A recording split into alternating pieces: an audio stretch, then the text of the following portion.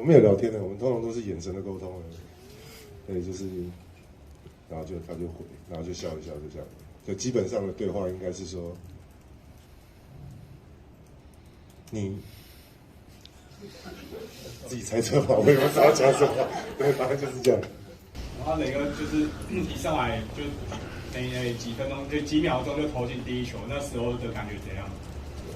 就是教练的战术真的很好，因为当然就是富邦这一方面也有做一些就是可能稍微放一点或是什么的，对，但是讲真的，就一开始的时候，他们可能就是用这种方式，可能比较让你放松一点。但我真的觉得教练战术真的放得很好。磊哥那个就是在第一节的时候，其实在后面有跟杰哥来对到位。那其实那时候你守了杰哥，然后把杰哥守住了，然后后来你们两个的互动，可以跟我们分享一下那个时候在场上有什么样的聊天吗？我们没有聊天的，我们通常都是眼神的沟通而已。对，就是，然后他就回，然后就笑一笑，就这样。就基本上的对话应该是说，你自己猜测吧，我也不知道讲什么。对，反正就是这样。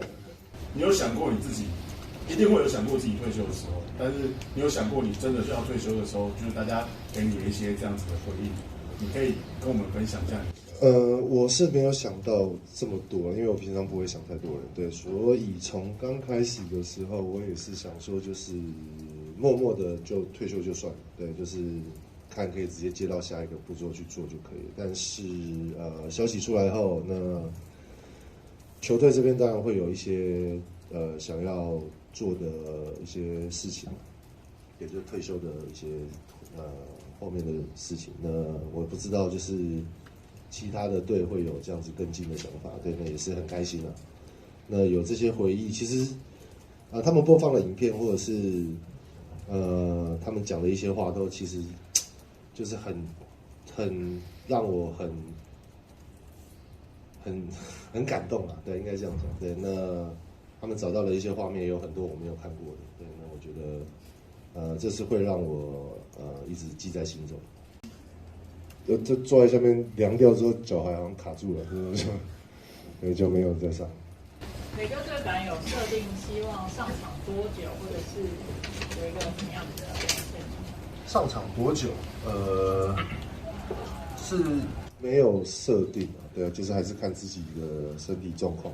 那就刚刚讲已经之前就说过，没有就是跟着球队训练嘛，这是一个。那就是在场上其实有些战术或者是一些默契上，可能有时候真的不是搭的那么好。对，那再来就是自己体能的问题，那都是自主训练的上面，就是在没有这么高强度的碰撞或是训练上面，就是会有差别。对，那今天还是就是看自己的本身脚的状况会不会有不适应，然后才去做这时间上面的调整。之后还会再上场吗？会啊，就是尽量就是调整到4月4号可以，就是真的在彰化主场做最后一个就是比较完整的比赛了。对，那4分半打下来怎么样？我是不知道我自己怎么样了，但我问我队友，我队友说我的脸色不是很好看。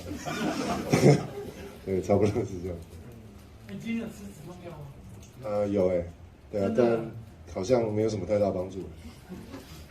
就是因为就想说可以就是吃的话，看能不能再拉长一点时间，毕竟还是会想要在场上多待一点时间嘛。